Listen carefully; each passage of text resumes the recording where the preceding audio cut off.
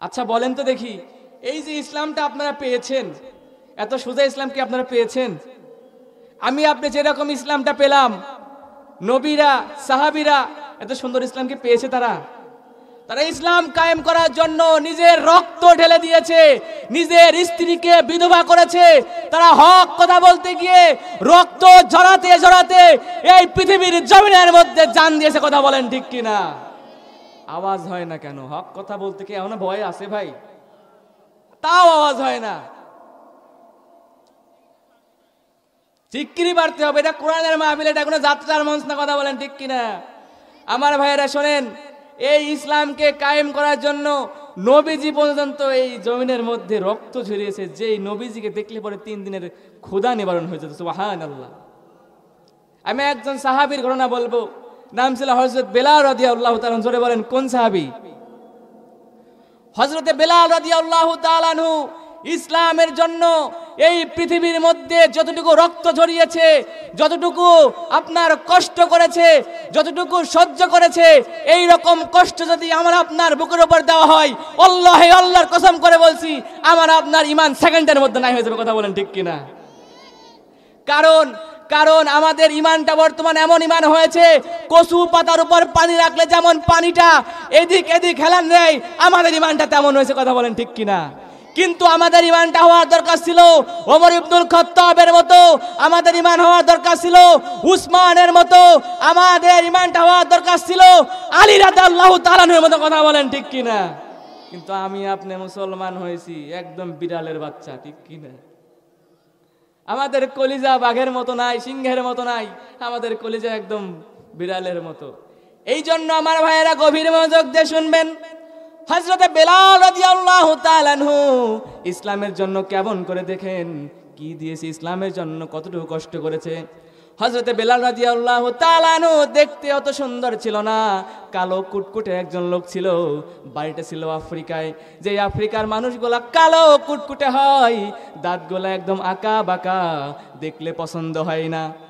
আমার ভাইয়েরা গভীর মনোযোগ দিয়ে শুনবেন। তার চেহারাটা অত ভালো ছিল না, কিন্তু তার ঈমানটা এত খাঁটি ছিল যে ঈমান নিয়ে তিনি আল্লাহর রাসূলের কালেমা নিজের অন্তরের মধ্যে গ্রহণ করেছে। কথা বলেন ঠিক কিনা? আমার ভাইয়েরা গভীর মনোযোগ দিয়ে শুনবেন বাবারা। হযরত বেলাল রাদিয়াল্লাহু তাআলা আনহু এই ইসলামের জন্য কত কষ্ট সহ্য করেছে, এই ইসলামের জন্য নিজের তাজা রক্ত জমিনের মধ্যে ঢেলে দিয়েছে। কিন্তু আমি মুসলমানকে যদি একটু বন্দুকের লালা ধরা হয়, দেখবেন মুসলমানের পিছন ভাবে বের হয়ে যায়। ঠিক কিনা? সঙ্গে সঙ্গে বলে আমি আল্লাহকে চিনি না, কালেমা মানি না, আমি এখন থেকে তোমাদের দলের লোক হয়ে গেলাম। কারণ তার পিছনে 70টা মতো শয়তান, 70টা ভুল হলো, এমন ভাবে শয়তান পাস লাগে, তার ঈমানটাকে নষ্ট করার জন্য সবসময় মূল হলো শয়তান। আমার ভাইয়েরা গভীর মনোযোগ দিয়ে শুনবেন বাবারা। হযরত বেলাল রাদিয়াল্লাহু তাআলা আনহু একদিন কওমের মধ্যে বিক্রি হয়ে গেলেন। কার দরবারে জানেননি? উমাইয়ার কাছে বিক্রি হলেন। উমাইয়া যখন বেলাল রাদিয়াল্লাহু তাআলা আনহুকে ক্রয় করে নিয়ে গেলেন, নিয়ে যাওয়ার পর এখন যখন বাসার মধ্যে নিয়ে গেলেন, বাসার মধ্যে নিয়ে যাওয়ার পর বেলাল রাদিয়াল্লাহু তাআলা আনহুকে কাজ দিলেন।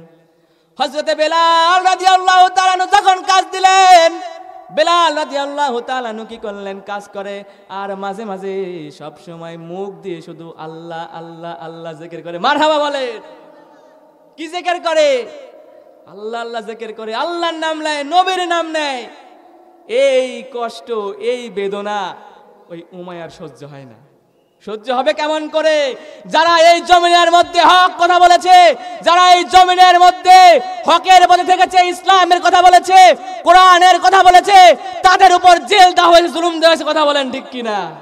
ঠিক তেমনি বেলাল রাদিয়াল্লাহু তাআলা আনহুকে যখনই হক কথা বলা শুরু করে দিয়েছে, আল্লাহ রাসূলের কথা বলা শুরু করে দিয়েছে, তৎক্ষণাৎ কাফেররা তার উপর আঘাত এনেছে। কথা বলেন ঠিক কিনা? আমার ভাইয়েরা গভীর মনোযোগ দিয়ে শুনবেন বাবারা। হযরত বেলাল রাদিয়াল্লাহু তাআলা আনহু যখন হক কথা বলা শুরু করে দিল, কালেমা গ্রহণ করে নিল, সব সময় আল্লাহ আল্লাহ বলে, আহাদ আহাদ বলে, এই কথা উমাইয়া সহ্য করতে পারে না। এবার উমাইয়া ডাক দিয়ে বলছে, ও বেলাল তুমি কি বলো? বেলাল বলে, আমি তো এমন কথা বলছি যেই কথা আমার বললে আমার আল্লাহ খুশি হবে, আমার নবী খুশি হবে। এবার উমাইয়া ডাক দেয়া বলে, বেলাল গো তুমি কি কথা বলো, আমাকে একটু বলা যায় না?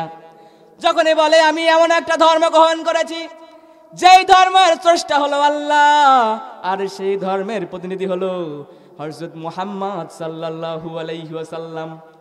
যখন বেলাল রাদিয়াল্লাহু তাআলা আনহু এই কথা বললেন, উমাইয়া সঙ্গে সঙ্গে ডাক দেয়া বলছে, বেলাল রে তুমি যদি এই কালেমা যদি আজকে ত্যাগ না করো, রাসূল যদি ত্যাগ না করো, আল্লাহে তো আমি কসম করে বলছি তোমাকে আজকে মারতে মারতে মারতে মারতে আমি মেরে ফেলবো, তোমাকে আমি ছেড়ে দেব না, তোমাকে আমি এই জমিনের মধ্যে বাঁচতে দেব না।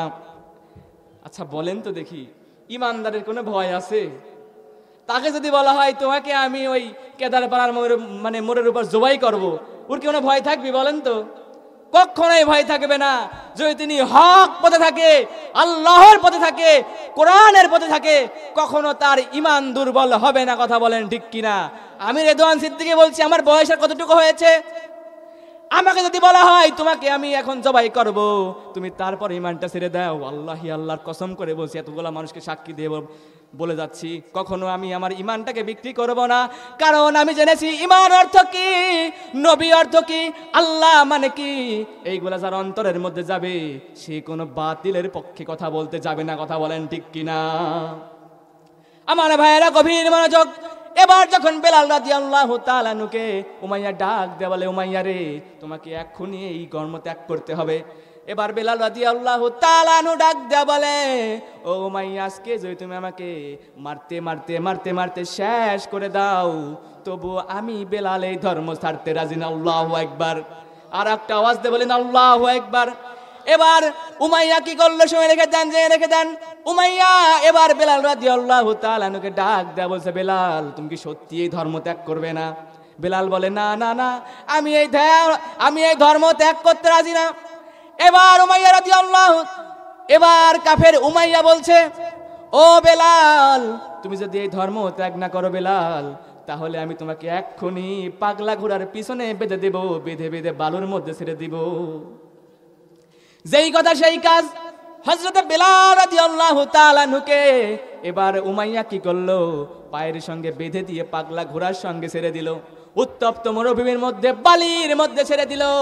আমার ভাইরা যখন এই কাজ করলো, বেলাল রাদিয়াল্লাহু তাআলা আনহু যখন বালুর মধ্যে একদম যাওয়া আসা করছে, বালির মধ্যে গিয়ে গরম বালি, যখন গরম বালির মধ্যে তার পিঠটা যায়, ফিলকি দিয়ে দিয়ে দিয়ে দিয়ে দিয়ে দিয়ে রক্ত বের হয়।